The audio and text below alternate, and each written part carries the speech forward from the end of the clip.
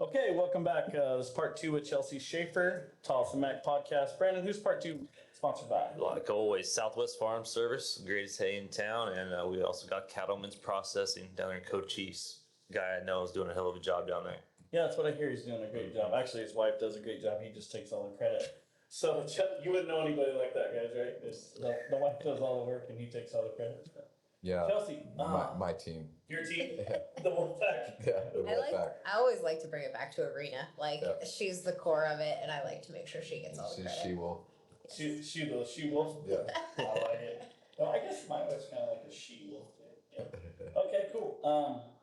Before we went to break, we kind of started to touch on some rope horses and stuff like that. But can you tell us a little bit more about rodeo horse tracking? Yeah, I started an LLC this year, and it's called Top Tier Reporting, and I track the open level jackpot horses and rodeo horses. So everything at the open level, nothing to do with anything that's running through the World Series of the USTRC or NTR. But say Cesar is rodeoing and he wants to prove how much Dracula won in 2012.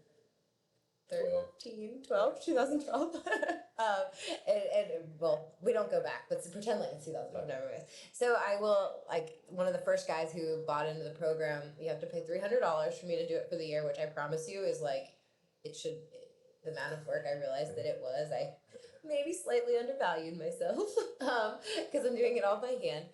Clint Summers was one of the first guys who bought into the program, and then the next week, Driggers rode his horse at the American and won $100,000. So that Western States horse now, they have $100,000 in earnings now added to that stud's production record, his LTEs. So I report all of the horse's earnings to Q Data, and so now the AQHA's database is way more vibrant with rope horses. So the rope horse breeders are able to say how much their horses have produced. The guys are able to justify asking for more money for their mares' embryos, all that sort of stuff. So would it be similar to like the racehorse industry where you can look up and say, man, this stud's won this mare's done this. So and it's been like the Q Data, Robin Glenn Pedigrees has always done such a good job. But nobody was willing to track these suckers down to figure out what they were riding all the time, and so those rope horses don't really have the revenue in the system, whereas like the cutters do, the show horses do. But yeah, so we're doing it, and then of course what Riata Buckle's doing is allowing ropers to get their horses tracked, and if you you have to go to riatabuckle.com to see all the different ways to do it, but like Pitzer horses, there's how many Pitzer horses at every World Series roping. Those are all, they can be tracked now through the Riata Buckle. And so that is how you get the black type pedigrees that bring the big money at the big sales, at the Heritage Place sale, at the NCHA sale. So we're just kind of building that from the bottom up right now in the industry across, what Denny's doing with Riata and what I'm doing with my side of it. Just kind of putting it together. Mm-hmm. And it really ends up ultimately helping these guys, guys like you that go to the rope horse securities and things like that. When you want to buy your next one, you can look at the studs, right? You can make a more educated choice on what you're putting together in your program, and really, because we don't know, right? Like they still don't really know over the years what has won the most, and you can always say like, okay, these horses have won the most at the NFR level, at the PRCA level, but what are the horses that are winning the most in the 8? And we're going to be able to look at that because really cool. In the databases that we're putting together, we're putting, the number ropings, the times, everything, all that information is going to be. Because like I know when you go buy a horse, a guy will say, this horse has had so much won on it, but this time you'll actually be able to prove it, and you'll be able to, so that'll be a good selling point for the guy selling the horse as well. Yeah. Know what you're really getting. Absolutely. And I think we've never had it before. And it sucks because I did that story on Trevor's mare became the paint mare became the highest earning judged rope horse of all time, highest earning horse in Q Data history. I think she won 110,000, highest earning mare. And the guys were so mad at me because they were like, what about Dolly? I'm like, nobody's written more about Dolly than me, I promise. Like, I love Dolly. What about Jewel? Of course, I love Jewel. Like, I wrote about her after she didn't have any embryos anymore, you know, like, or any uterus anymore. She wasn't even a mare hardly, but like, because they took her uterus out. So like, I love those mares, and we've written about them, but there's never been the opportunity to track that kind of stuff before. So, yeah. I'm excited about that just because I have a little mare, Annie Oakley, at a rodeo years back, and I got a couple colts out of her now. And one of them is, both of them actually are a Smooth Guy, and I'm partners with Bill Myers on one of them. And it's just kind of cool because I thought that, adding it all up, I had to want close to $500,000 on her in her rodeo career. And that would be cool to be able to track that and be able to know exactly how much I wanted her. I called her my jackpot queen. I rode her all the jackpots. Just as fast as she can run, as hard as she can stop. She's perfect for that stuff. But I think it's the future of rope horse, the rope horse game, because as much money as they're spending at the Rancho Rio sales and stuff, they can, taking, just like you said, an educated guess on, not really a guess, it's almost like a guarantee now. If the stud's good and the mare's good, more than likely the colt's going to be good too. Yeah. What do you guys think right now in the PRCA game? What do you think the top horse is going right now? Like at the pro level and the team roping? Shoot, my favorite head horse is the one that Jiggers bought from Clint Summers, and I got to see that horse go pretty much his whole career when Brandon Adams was starting him and stuff. But No, he didn't buy him. He's just borrowing him. Oh, okay. That sounds like a backstory Right there. You know more than me? I don't know for sure. I thought he was riding, and I thought, Jiggers.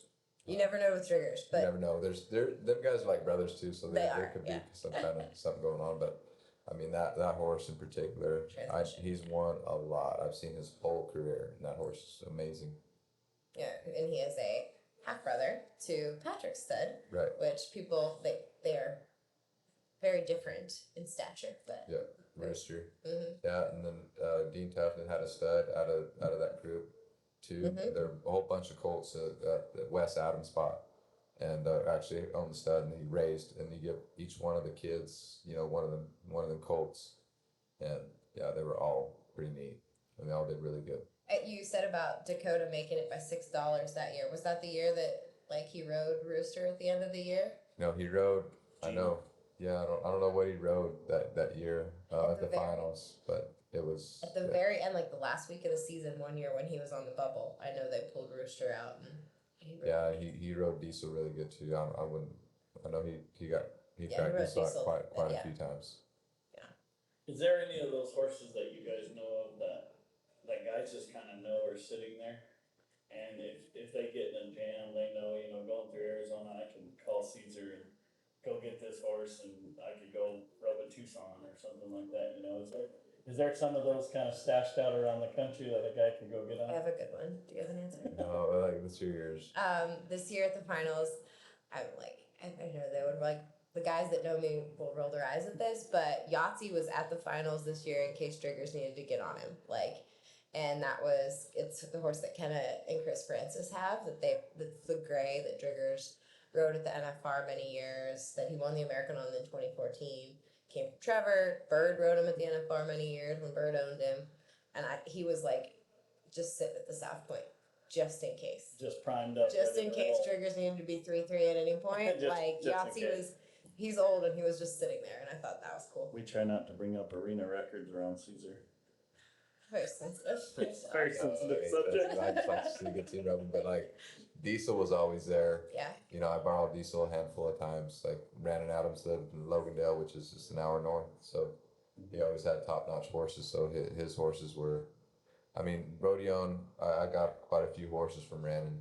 Some of the top horses that I've had in my rodeo career from Brandon. So that guy knows where. And do you find those guys to just kind of be super cool guys? I know you could whip in here, and if you needed to borrow Brandon's horse, he'd help you load the horse and take off. Is there a lot of those guys that are like that? If you just stop by and say, "Hey man, I'm kind of in a pinch. I need to use a horse." Or, Not really. There's a handful. You got to be pretty good friends with them. Yeah, you got to be. That's what that mount money looks like. It's more like trusting somebody with your Mercedes Benz over there, whatever your Lamborghini. Yeah. You trust the guy Except for your take care of it. Lamborghini, you make you're living with. Yeah. Is he gonna take care of it, or is he gonna, Yeah. And who can drive that Lamborghini and who can, so you know who. That's another thing too. These rodeo horses, performance rodeo type horses are they're all tough to ride. They all got their quirks. Yeah, I can tell you, we talked about it before the podcast. Our last podcast when we had Dennis on, and we've talked about it a bunch. The caliber of horses, that you get on and you ride, and what kind of roper that turns you into. And I was roping with Dennis last week, and he said, "Hey, get on my horse." First of all, I thought he was kidding, because you wouldn't think a guy would just say, "Get on my horse," but he said, "He'll sit on my horse." And first of all, when it took off, that left me in the box. But then going down the arena, that horse is just bending to the left, ready for that header to spin him. And I literally wanted to call you right then and say, "Man, I'm gonna shake your hand because you were 100% on." Like I went from okay to I would have loaded that horse on anywhere. Like it's just the caliber of horses, and I couldn't imagine the horses that like say Caleb rides or Junior rides or Cesar That's why rides. they cost so much. Like, I mean, once people kind of get on them, Oh, if they have it, they'll give you $200,000 for the horse. They can catch on it every time. well, I mean, but you think about it, you buy a baler for $150,000 because it's going to make you that money, right? Those guys pay $100,000 for that horse because it's going to make them that money. And I think that you have to take out the part of the equation where somebody's like, "Oh, this horse is," they love their backyard horse and everything. And I'm not saying you love horses more than anyone I've ever met in my life, but these horses have a job, and it's broke down like that. If I can go win lots of money, like say Michael Camelot gets on his horse and he can go win 50,000 in Wickenburg in a weekend, that's life changing money, for a lot of guys. So I think that's what people have to look at. It doesn't make the spending 50,000 on a horse any easier, but it makes it sure worth it sometimes. Even like a couple years ago, 5 years ago, when somebody would spend 100,000 on a heel horse, it'd be like we didn't talk about it. Like we talked about it. We certainly don't write about it. But now it's like, well, yeah, you got to. And I think that's why some guys that are still great ropers are stepping out of the game. And it's always been like that to an extent. But now, unless you're willing to go spend 200,000 on a head horse, or willing to just work your tail off like on one for years before you're ready to go rodeo again, it's hard to get back in it. What do you think a horse like a head horse like Swagger was worth? Derek. Shoot, Derek won lots and lots and lots of money on the horse. It's just like they fit their styles perfect. It's like, I don't know, he made his career, he made a living on them. I mean, made the finals a handful of times. What's that worth? Yeah, what's that worth to a guy? Long right? score, short score, you won all of Did it. he cowboy on that horse? I don't think he cowboyed on him much. Not Swagger. No, I always You don't take your good horse out there, I promise you. You need a cowboy horse, or I call them rock pounders. Yeah. Rock, because that's what you're doing over there. You're going up and down these mountains. So. Did Derek or Coulter ever show up on a rock pounder when you were roping with them and you looked over there like, what are we doing? Man, yeah. Well, Coulter showed up on a 4-year-old mare at the NFR. Well, we practiced on her. She was pretty good, but she was his cowboy horse for a little while. She just had a baby. I saw on Facebook yesterday. She just had another baby. So cute. That's awesome. She was Spice, right? Yep, Spice. She was built really cool. She's really stout. I mean, you would thought she'd have been more like heel horse size, but she weighed 1,200 pounds, and she wasn't but 14.2. It seemed like, but she was very, very stout and tons of try. Yeah. And when she was younger, before Coulter started messing with her, I tried heeling on her. She had a little bit too much run and not enough stop to be a heel horse. Yeah. So She wasn't digging the hillside. she was so fast. Yeah. She was so fast. That's probably why I used her outside too. Huh? Yeah. Get to the bears. That's what made her good, is Coulter cowboyed on her just enough to make, and she didn't care about the building at all. It's kind of a cool story. Good old Spice. Is that a big deal? Like, I know you guys got to break in the steers and everything like that. And do you cover all that stuff, like when they're breaking in the steers and all that? Getting those horses ready and prepared to be in like the Tolleson-Mack or to be in those big buildings. Like, do you see that like all the time? Like it's a big deal, or most of them horses pretty seasoned? It just depends. Like when Big A showed up and rode Kita at the finals with Brady a couple years ago, like she had never been anywhere. Like she was Coulter's cowboying horse like a month earlier. So that was funny. But for the most part, all those horses, and they've seen it and they've done it, but some of them have cotton balls or tampons in their ears or something to. Yeah, we used to do that to our pickup horses. We'd shove cotton balls in their ears. Bull riders get so loud and stuff. But yeah, I just wondered sometimes, like, if you guys cover all that breaking in the steers and the calves and She's even got how many horses they brought over there and kind of what their backup horse and. what kind of crew do you take with you to those big rodeos? You know, because man, for you to get all that information, like To know all that's the a team. horses' names. Yeah, like every time we start talking about a horse, she's like, "Oh yeah, he brought Kita in 2000 and." I think that's why I do the horse tracking now, because like it's like Rain Man kind of knowledge on that stuff. It's like very embarrassing sometimes, like the useless information that's in my brain that's only useful in this very specific instance. When it comes to the horses, you know, our team has grown so much in 5 years. So Casey Allen, who is my managing editor of the barrel racing, she's really good at covering the barrel racing side of things, but she's really, really good at TikTok. If you see any of those really cool edits, those come from Casey, not me. She's 25, and so she's really much more of the TikTok generation. And then we bring two more girls. So Lillian Kent covers the cap roping usually, and Taylor Vollen, whose dad is actually a PRCA judge, she covers the team roping with me. Ooh, that's gotta be tough on her, huh? She's good. No, she's a pro. She's very smart. She brings a good perspective to it. So yeah, we have a pretty good team now. But I was talking to Juan as he was driving me over here, and he was asking about the NFR, and like he's like, "Oh, you get there and you're so excited." And I'm like, "No, I don't anymore. I think 10 years ago I got to the NFR and I was so excited, but now." Luckily, we've had to really develop our own sort of routine. I can like tell you exactly hour by hour how you have to spend your time at the NFR too. We got time. Okay, it starts at 6 a.m. breakfast. My team has to meet at 6 a.m. for breakfast. It is a rule. Because I need to know that you weren't out jacking around all night, and Which is probably pretty hard, right? Well, like we're at the South Point, so it's not like we're at Resorts World or like you're luckily at least at the South Point, unless you Uber somewhere, you're kind of there, right? Yeah. So I'm not saying you can't get in trouble at all hours of the night at the South Point, but I have a pretty good team of girls, really. Mm-hmm. And so we meet at 6 a.m., we make our plan for the day, and then we shoot. Did you see Derek's like barrel racing analysis that he did this year? Pretty funny. Mozi's and Miles is pretty funny too. I like that. I didn't see Moses Miles, but I seen Derek. That's hilarious. He's not a barrel racer. He had a hard time just figuring out leads there for the longest time. He didn't know if him and Swagger would be in the wrong lead. Open circles getting ready to warm up, and I'd just shake my head and he'd spin the steer for the day money. It's like, whatever you want to do. Just keep loping your circle. Yeah, just do whatever you want to do. So we filmed that in the mornings first thing, and that's a riot. It's all because Landon, our video editor, does such a good job piecing that together and like and Moats and Miles were really funny too.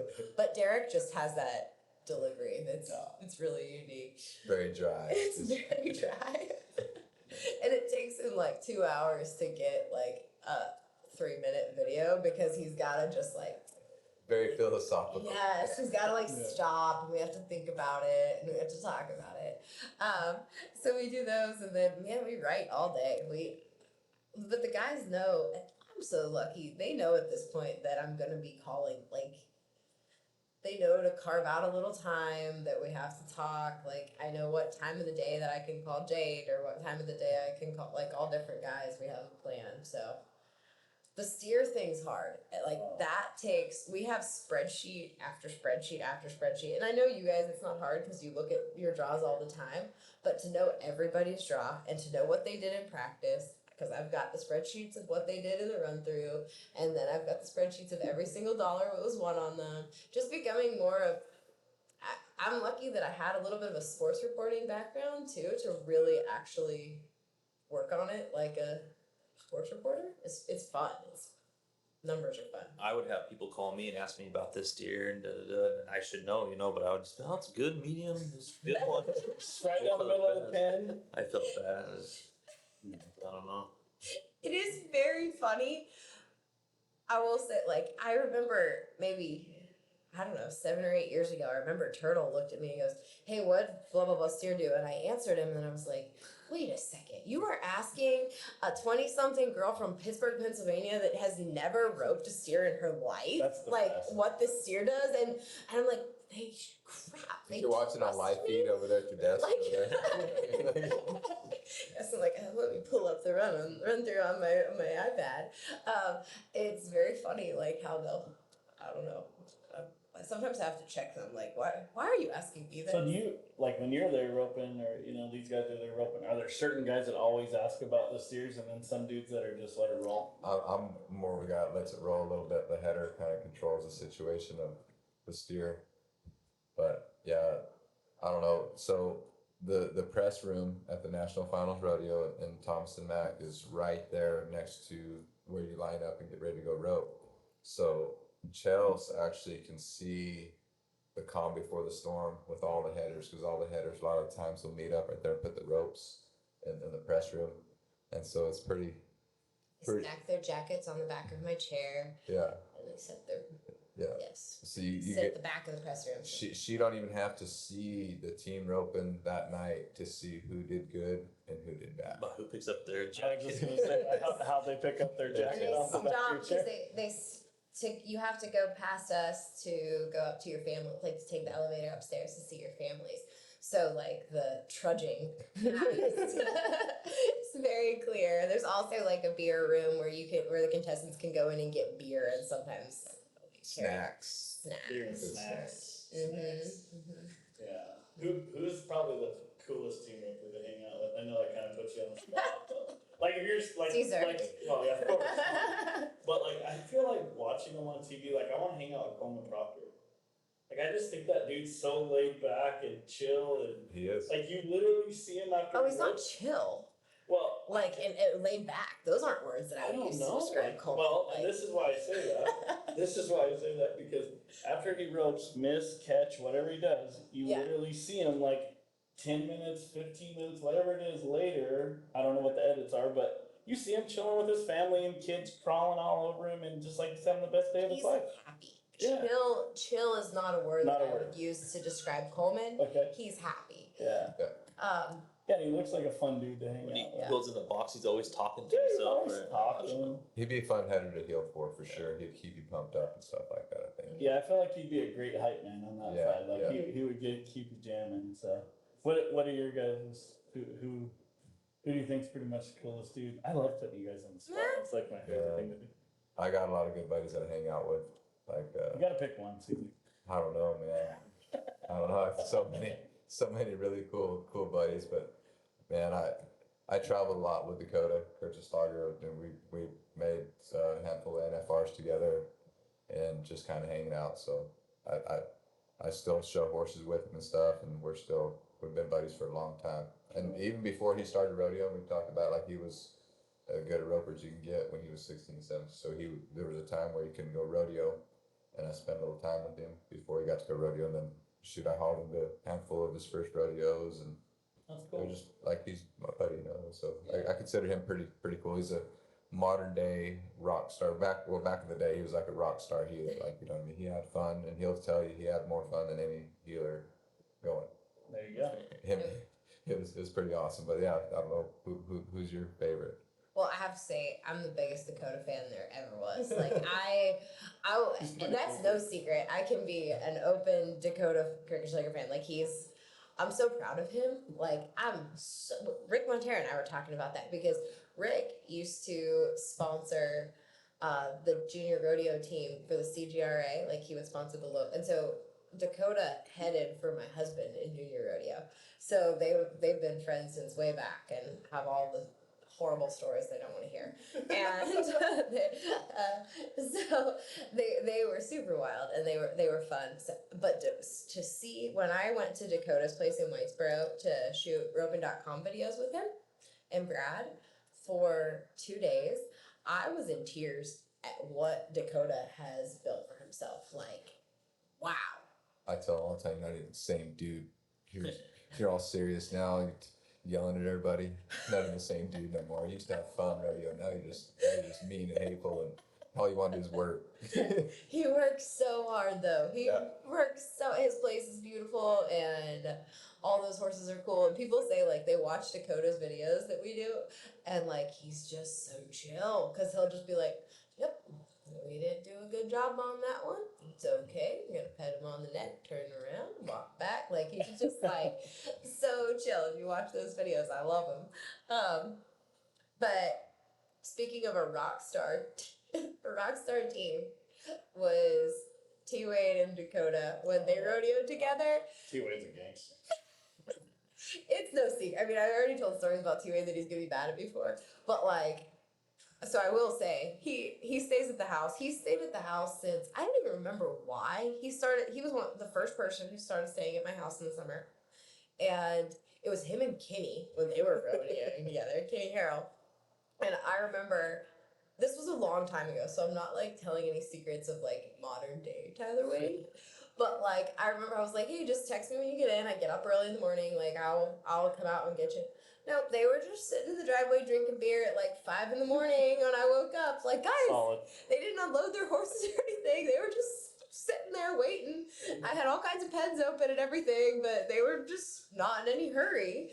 And Tyler is him and Jesse, and they're always welcome at my house. And he hurts your face. He laughs so hard, like Stomach. oh Stomach gosh, hurts. yes. And when the lights went out this year at the NFR, I don't know if you were watching, but like the lights went out for I don't know 20 minutes or Yeah, something. probably like 20 or 30. Somebody hit a transformer out in the parking lot, and oh my gosh, I thought I was gonna pee my pants. He had me laughing so hard. It was so funny. He's great. But it's like my Juan. I told you Juan was prepping me on the drive over here to make sure like I had answers to all these questions. Juan's our guy. Yeah, you guys tricked me. And Juan asked me that too, and I was like, man, it is kind of my job to get along with everybody. Like I think it's not the hardest part of my job by any means, because I do kind of get to take people exactly where they are in their spot in life and get to know them and get to understand all their quirks and have to try to hide some and Which I think is so cool. Like that's just a cool job, right? You get to talk to these guys and you get to dig in there and really, I mean, some of the stories that you're half telling but you don't want to finish telling, like just the half of it's great. So I can imagine what the whole thing was like, you know. Well, it's funny. I was thinking about that. Like okay, Cesar sends a car for me at the airport. There was time 10 years ago where like we were in my beat up pickup truck because Cesar needed a ride from the airport, and like I had to take him somewhere at like 10 o'clock at night. JV's. Yes, the We had to JV's. take him to JV's house. And we got lost. Yeah. It's the evolution. Yeah. Low Colorado. Brandon used to live on my couch. So now we're over here at the Tolleson-Mack. Yeah. The evolution of the game. So that's it, huh? T Wade's the man. The Or fun. Dakota. Dakota, man, he just, like I said, been a great friend, and it's been awesome to see, kind of hang out with him and see his whole career develop and how good of a roper he turned out to be, and a world class. He always was, to me, from the very start, really good with horses. He just had a way with them. They like him, you know, and he rode a little mare named Gina at the NFR. Coulter, Todd, and Dakota Kerslager are the only guys that I know that rode horses that young at the NFR. That they trained themselves. No sport boots, Just cowboy stuff. Cowboy stuff. Yeah. And they worked as good as they possibly could work too. It was pretty neat to see that. Yeah, both of those guys are awesome to watch. I mean, Mhm. obviously we grew up watching Coulter. He's right down the road, but I mean, just any of those guys are awesome to watch. So to hear you say that about them, I'm sure they listen and think that's pretty cool. I really like having Chelsea on here because she's from the greatest ropers for the last 20 plus years. She's got to interview them, and she's seen them at the highest of the highs and the lowest of the lows. And you know, for me in particular, you see me at my rodeo career and kind of halfway retired, and you get to see We're some. still friends. Yeah, I still talk to you, call you. Still got the young generation is coming up. It's just kind of it's crazy, the evolution of the game. Do you see a big change in it from like when you started, 20 whatever years ago, or 20, like when you really started watching? 13. I'm not as old as Cesar is. well, He no. makes me sound like I'm much older. Yeah. Well, sorry. Yeah, 13 years ago. 13 years ago. When you started, do you really see the big change in it from when you were with these guys? Like you make the joke, Cesar sent a card for you, and Yeah. before it was a different story. I told when Driggers won the world this year, his mom. I used to call Driggers' mom to interview her because she was really nice, and I was sometimes scared of Caleb because he was kind of grumpy at me sometimes. So I would interview his mom and write stories from her perspective. There you go. I loved that. Actually, I think that's kind of a cool idea. Yeah, it was because you get sick of writing, like especially guys like Driggers. He's been winning so much for so long that like what else can I write about him? So I would call him. But anyway, I looked at her and I had tears in my eyes. I was like, who would have thought? Like, I mean, obviously everybody thought he was going to be a world champ, but like how he's grown into a businessman, like that is a businessman. That's wild. So I love watching Driggers, and I'm watching all of them change. And I've changed, obviously, too. But nobody's watching me and writing stories about how I've changed. But, like... I think somebody should. Nope. I know Driggers this year at the timed event. He was helping at the timed event. And Drew Stu had his sports desk up there. And Drew was like, we need to interview Chelsea. And Driggers was like, let me. And I was like, oh, God, no, not you. But I just... Yeah, they've all... Watching Junior, I like every once in a while I'll send it back to Junior of like the first time I interviewed him at the American after like the first time he laid back there in the middle of With Jake at the very first American. That was like one of the most explosive moments in team roping history. And Jake's always been our dude because he was the editor-in-chief of Spin to Win, and so I like stopped. The press weren't allowed to like talk to the guys at that first American, but like Jake like works for us, like he's like our dude. So I grabbed him and like interviewed him with my iPhone back then, and watching Junior, he had his braces and he had his border barter coat on and his little tan hat that was kind of curled. didn't fit very good. No, his English was so sweet and broken, and now he's such a little. Are we gonna see more of them guys coming from Brazil like that? Like the PBR has? I mean, the PBR Yes, I think so. I think Junior was like the Adrian Marias was for the bull riding. I follow a lot of them guys on social media, on Instagram and stuff, and they're talented out there. They ride good horses. They know what a good horse is. They got good hand-eye coordination. They'll be Do more. those guys take some horses from here down there, or they're making their own deal down there? How's that? Well, Junior, for example, he left all his horses down south there, down in Brazil, and he kind of made his own up here and kind of thought his own and made his way. And that's another thing that's pretty cool to see his evolution of horses. And his first NFR, he made it on an ugly sorrel. It wasn't much, and he's got some of the best horses around, I think. So pretty cool. One we know pretty well. Oh, Lucky Bucky, Lucky Luciano. I think too in Brazil, what JD's done in Brazil is phenomenal for the horse market. Like, wow, that's a whole other subject matter. But what the AQHA in Brazil has done, and they've been so protective of their pedigrees over there. You have to have X amount of, I forget what the dollar amount won in LTEs is to export to Brazil, or a world title in the AQHA, or so many points. So they've got great horses over there. Phenomenal Some of the horses. best. Yeah. And Yeah, they've it's got awesome. Have you been down? Yeah, Have you guys both? I've been down there I've 3 not. times, and I got to see. I mean, there were studs and mares, and they were all lined up there like no big deal. It was they all got along good. The breeding program, it's like Chelsea talked about, they're good studs, good mares. They put them together, and even the low number ropers, the beginner ropers, will be riding one that looks nice and drags his butt, and like, whoa, what's that? And it's like just a 9 roping down there, 8 roping, no big deal. I keep threatening Junior though, because Chat GPT. Do you guys know like AI technology? I can speak Brazilian cowboy now, Portuguese cowboy. There you go. And so I like translate his articles into Portuguese. I'm like, look out, bud. Like, I am going to be. Nice. Yes, that market is hungry down there. So do you send a lot of stuff down there? Do they read read your stuff down there? They watch videos. They watch a lot of videos. They are like probably the fourth biggest market. Canada, obviously, because Canada. And Australia and Mexico and Brazil, they're kind of all. But Mexico has been great for us lately. I know they're starting some World Series there. Oh, are they? Mm-hmm. Oh, that's cool. Mm-hmm. Yeah, like, you guys know where in Mexico they're starting the World Series at?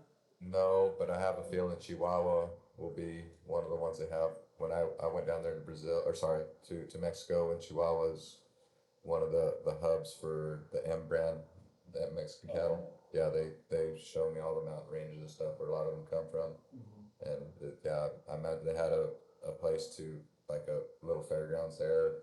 It's pretty cool little spot. So I imagine that Chihuahua will be one of the ones that they have. Well, and Mike Pylan and Cactus has a huge presence in Mexico, and they put on a huge roping that I know Mr. Mike's been telling me he wants me to go with them at some point, but I hear it's wild. It's like they want me to go down and check it out.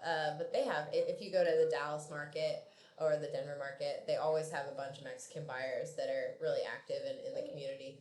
And they're always at the NFR and everything. And then Classic has Aldo Garibay, who we have on roping.com now too, who's a great roper from Mexico, and he teaches all over South America, and he's a wonderful instructor. Like he would be a great instructor for anybody, and he speaks good English, and is really Very educated. Yeah, very educated, very dynamic. He's wonderful to work with. I love working with Aldo. And yeah, so it's Pretty cool down there. We flew down a while back and looked at some processing plants down in Hermosillo, and I was, I've obviously been a lot of places on the border, go to Rocky Point and everything. Everybody does that, but we flew into Hermosillo, and it was like flying into Tucson or Phoenix. We got off the plane, we got picked up by a car, and they took us around. And anybody that hasn't visited Mexico needs to go a little further than the border towns, because it's a lot different when you get down there. And we've seen a lot of that. I've seen arenas with steers, and I'm like, whoa, where are we at down here? So that was one question I wanted to ask. It's do you see Mexico kind of building to get more guys coming out of there? Yeah, and I mean, when I was talking about those ropings that my husband flags down the road from us, like that, they might as well announce that in Spanish. Like it is bumping, like how popular. I love it. It's great. Everybody join in. Welcome to team roping. It's fun. Yeah, I think it's pretty cool. I don't think the podcast would be complete without me asking you your opinion on Rocker Steiner. Rocker Steiner. Yeah. I love the kid. I think he's doing great. I love it.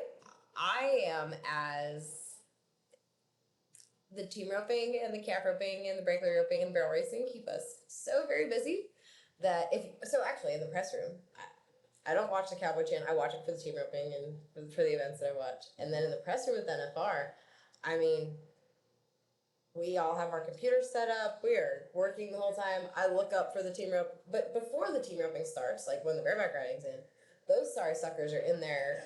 Like I am parenting the team ropers during the bareback riding. I don't see it, so I will, telling people who shall not be named that I believe in them. They can do it. High fives all the way around. Yes, you got this. Don't let any of that trash talking in the tunnel get to you. Those old guys are grumpy, Yeah, how is the tunnel coming down there? I mean, he's talked about it a little bit, but that tunnel coming down there has got to be the most. I mean, that's intense. I mean, you're riding out there to get it on in front of 20,000 people. What do you see from that? I mean, is that tunnel just cut it with a knife? But so many of the guys, like, until some of them sit on their horses, but most of them anymore, and maybe it's mostly the headers. The headers watch a little bit. Go watch. So they all come in with me, and they have somebody sitting on their horse, and not always with me, but a lot of them will stand there and we'll just kind of watch what's going on, and they're getting their minds right. Or Coleman always has his little hand warmers, keeping his little fingers warm. So yeah, it's it's different. One of my favorite stories about the tunnel, or like favorite when I think of the tunnel, I think of the stories that Jade tells about Jackal in the tunnel, like right, He was like wanting to get it. yes, he was wanting to get it. Like you had to like freaking smash your hat down when you were getting ready to get on Jackal in the tunnel. Like I love that vibe of thinking about the tunnel. Because he just wanted to get the steers. Gladiator, man. Mm-hmm. It's like a gladiator. They're ready to get him. He was just ready. Yeah. Them good horses know their job. It would It's take ready. off down the hill in the tunnel. Like you pull his cinch and like you better swing up and get on, or he would take off down. Diesel was a lot like that too. Mhm. Yeah. Who was? Diesel. Oh, Yeah, Diesel. yeah, was it? yeah. There's them horses. They know their job like the healers, and they like it. Mhm. It sounds crazy to say. A rodeo horse likes a job, but Jackal loved his job. Like he lived for getting to come around there and string a steer up. It was pretty cool to Do you guys know where that horse came from? Kind of a little background on Jack. shoot. Yeah. As far as I know, that horse at Travis Graves, and back in the day when that horse was about 10 years old. That's as far as We I know. did a documentary on him when he died, and yeah, I can't repeat all of it, but yeah, Travis Graves is kind of where it starts in the like professional ranks. But there were people that raised him that actually think he had papers or should have had papers, but TG's dad, he sold him. If you ask TG about it, he's like kind of bummed. He was so sad. Yeah, really So mad. bummed. He thought Yeah. he's gonna be able to handle him. But when he like 12 years Yes, old, he was a thought he was kid. gonna be able to handle Jackal, the most monstrous heel horse there ever was. And his dad just came home. He came home one day and he was older. It was sold him That to was Tyler horse Magnus, trader. right? Yeah, sold him to Tyler Magnus, and then Corey Coons bought him from Tyler, Mhm. and then And there's a name for you, Coons. That guy put it down. Legendary. love him. Yeah, that He's- guy could put it down. He's good people. Like Yeah. yeah, I can say that without hesitation. That's good people. Dude, man, I love to watch that guy rope. Like that guy just gets it on him, gets it done, and then just rides out of the arena like it ain't no thing. Oh, when his header missed at the PFI this year in the short round, I was so pulling for Corey. I mean, that sucks for his header. I know. He does so good at that place. Like in BFI, he's That has to be good so there. hard for you because you're buddies with all these guys, and you see somebody going, and you're like, yeah, but I mean, he just the You know next what's guy. going on in their life at the time. Yeah. You know how if this guy really need. All Like the when backstories. Corey won the BFI, I mean, everybody who knows what was going on in Corey's life at the time was like, so happy. oh, the tears. It was so, yeah, that was. Can you let us in on what was going on in Corey's life? Well, yeah, I don't think it's a secret. Like he had wrecked his rig, and Oh, it I've wasn't, seen that, yeah. and lost his good horse. His rig, financial reasons, wasn't insured, Mhm. and like just was living at Jade's. Like didn't have. He just needed. If anybody ever needed to win the BFI at that moment, and it's hard. Like you watch, you can tie so many different strings together in this story, but like. There's so many guys' careers who were so great but don't really have a lot after their career. And when we're going back to the horses, one thing Jim Brinkman at the Pitzer Ranch said, like, man, if those guys had been riding mares and riding studs and, Makes sense. and like putting together a horse program that's putting into their retirement, like Bobby Hurley. Bobby Hurley did. Yes, Yeah. exactly. Bobby Hurley did. Whoop it down there. Yeah. Yeah. Well, that is pretty cool that when he needed to win it, when it was on the line, because I mean, I've known a couple of guys that have made the NFR, and I mean, obviously to make the finals, you have to be legit, right? And then they get there and buck off all 10 of their bulls, and the guy that I know that did that, he needed it really bad, and then the next year he made it again. I think he rode like 2 of his 10, or you know what I mean. It has to play on you so hard. I mean, Cesar spends a lot of time now on the buck and shoots. Yeah, I love it. It's the adrenaline rush over there. But yeah, you see that, and the rodeo is such a mind game. It's everybody, especially at the NFR, is talented enough to get there. They've got good horses and everything, and you see more mind games that they have at the NFR. The guys that are doing good are in a good mental space. The guys that are not doing good are not doing good mentally. I think you coined the term quicksand at the finals, and that's still like I've watched you You watch me sink. sink through it. Yes, it's a tough place over there. It's a kind of a monster, but yeah, it's now like looking in on it. If I was just to kind of be in a different mindset, it probably would have been a little bit better maybe let go of some of the misses, or because it's very seldom that all 10 steers get caught at the finals. There's always maybe a miss or two, and so a person, when he goes the first couple of rounds, has a mistake. Try not to lose your cool, stay relaxed, because like Rick said, you'll stay afloat, but if you get to fighting, you're gonna sink. Do you ever see any guys go into there just like in their first year and just, I mean, they roll in there and just act like it's roping in their backyard, or most everybody that goes there as a rookie has those jitters? Or can you think of one guy that just kind of rolled in there like, that's cool, we're just roping? Colin Von On, but he's like that everywhere. Yeah, Yeah. Levi Simpson. Levi Simpson, Jeremy Bueller, some like personalities but- like. yeah, but they didn't know they won the world until like they had no idea. They thought they were over for the interview with Katie Kaufman because they won the average, and she's like, "No, you guys are the world champs," and like. The tears, Levi crying. And we were talking about that when Jeremy, him and Ren, I think, won like the 9th round this year. And we were talking about, I think somebody was in the press room this year and they were hooping and hollering just in the 9th round, which isn't super common.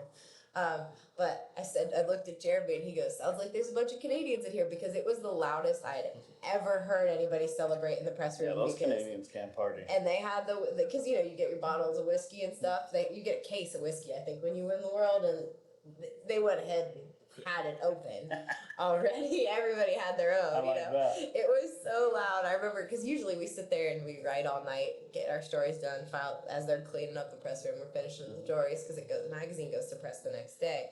And oh man, they partied all night that night. But yeah, they weren't. It wasn't no thing for them being there. Like it was like they were in their hockey arenas in Canada. Just showed up first round, no jitters or nothing. You know? I don't know if they had him or if they just didn't. They were just there to rope. Well, That's the mentality you have to be in. You have to be kind of cool and relaxed, and it is the NFR, but you can't be thinking about like that. It's gold buckles on the line. You just need to be out there. I think that would be the best way to approach that. It's hard because it is more than just the NFR, but I think if you go back and kind of go, I know like Turtle Powell, when I had a good chance to win the world with Derek Begay, I went in leading the world, and we lost it within a few rounds because Turtle Powell and Jet Johnson just went to just. from 12th, I think. They were all the way, I think, 50. Were they They were way 50? back, yeah. And they just went on a rampage, and they never slowed down, and nobody could catch them.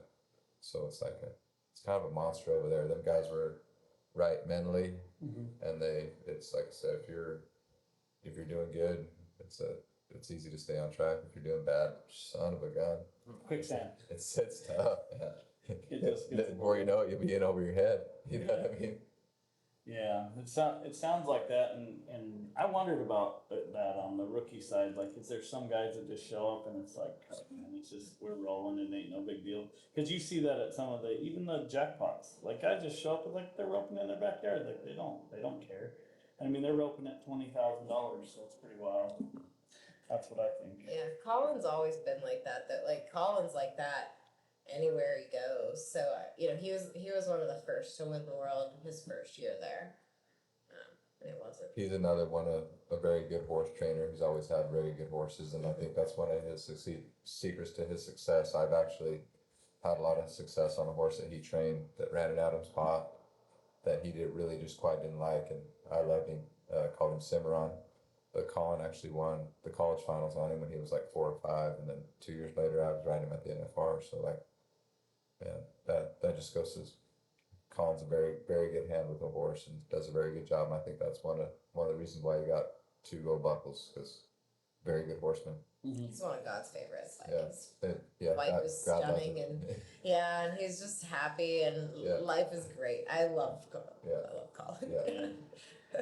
That's why I wanted Chelsea to come on this podcast, because she's dealt with every great roper, and she's got a story for every one of them. And their horse. Yeah. And their horse. Yeah, and the horse for sure. So that's trying to. My dad was a wrestling coach, and I kept all the stats for the wrestlers, and I've done some therapy on why this has been a trend for the rest of my life. It's very embarrassing. We seem like it's working out pretty good, though. I mean, Yeah, editor, big boss. I mean, you got a team, Big boss. big boss. You looking forward to the finals this year? Do you look forward to it every year? No. No, long No, ways I away? do. I do look forward to it. I like the routine of it. I really do like I mean, I go to the gym every morning before breakfast, and I get the same thing for breakfast every day, and love staying at the South Point. That's a question I have. Is there any guys that either one of you know that have some crazy superstitions? Because I remember like when we were rodeoing and fighting bulls and stuff, like I know guys that wouldn't wash their baggies until they got hit. Or, you know, just crazy little things like that. Rippers are crazy, but in very different ways. Yeah. Yeah. I had a rope fight. If it was catching, I'd keep using it. Just the same ropes going everywhere. Yeah, I had one that went all summer long one time. But the roadies, you can make them last a little bit. Ropings, you can't make them last very long. Right. Get too hard to jerk, but you can get a good hard jerk from a run, coil the rope back up, and put it in a nice spot, and it'll be good tomorrow. Yeah. Yeah. So yeah, the ropes. That was a superstition for me.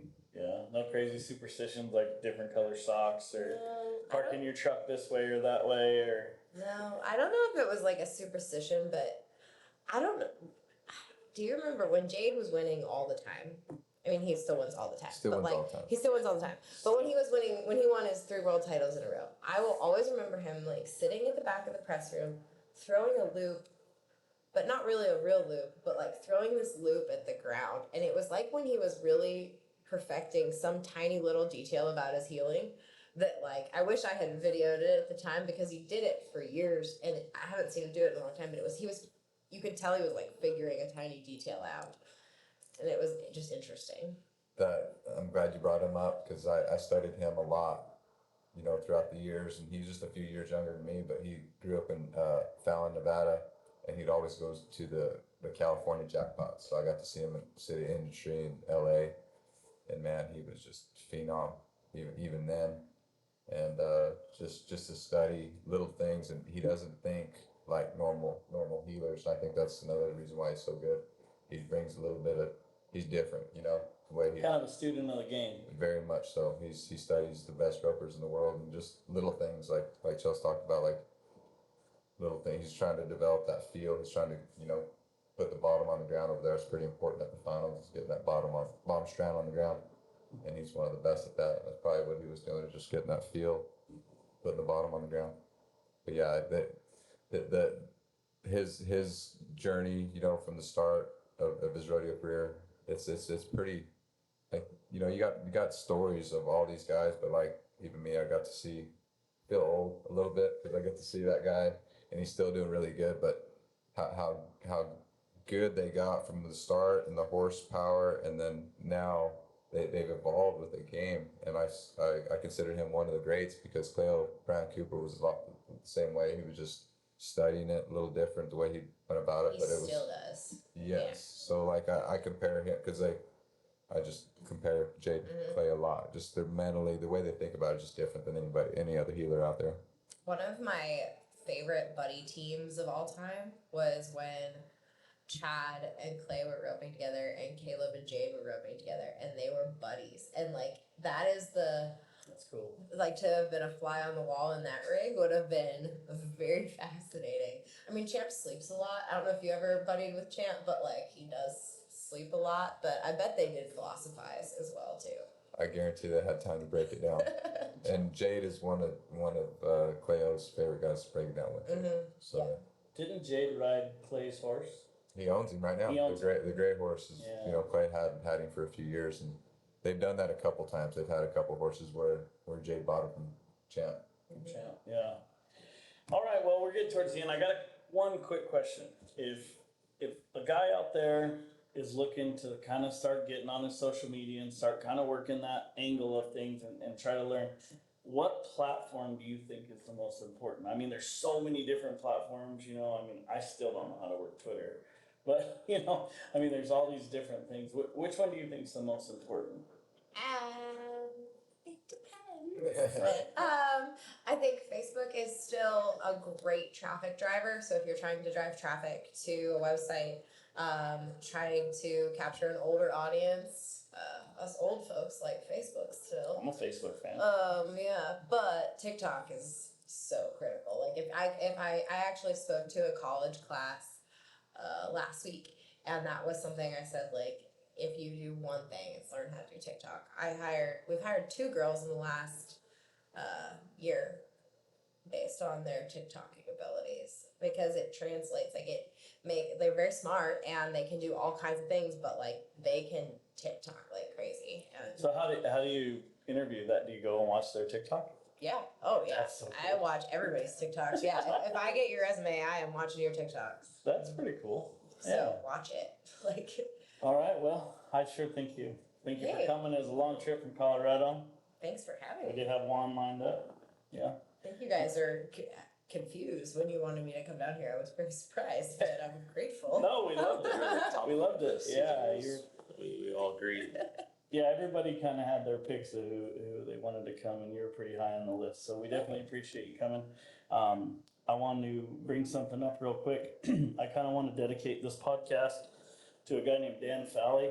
He was a great rodeo announcer in Arizona. He passed away. I'd like to dedicate it to him. I know Cesar knows him really well. Brandon knows him really well. Great guy, great family, and our thoughts and prayers go out to them.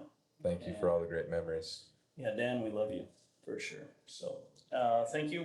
Thank you to everybody. Thanks to Southwest, Cattlemen's, Freddie, Chad, everybody. Juan, our driver, I love you. Come on. And we'll see you on the next one. Thank you. Thank you.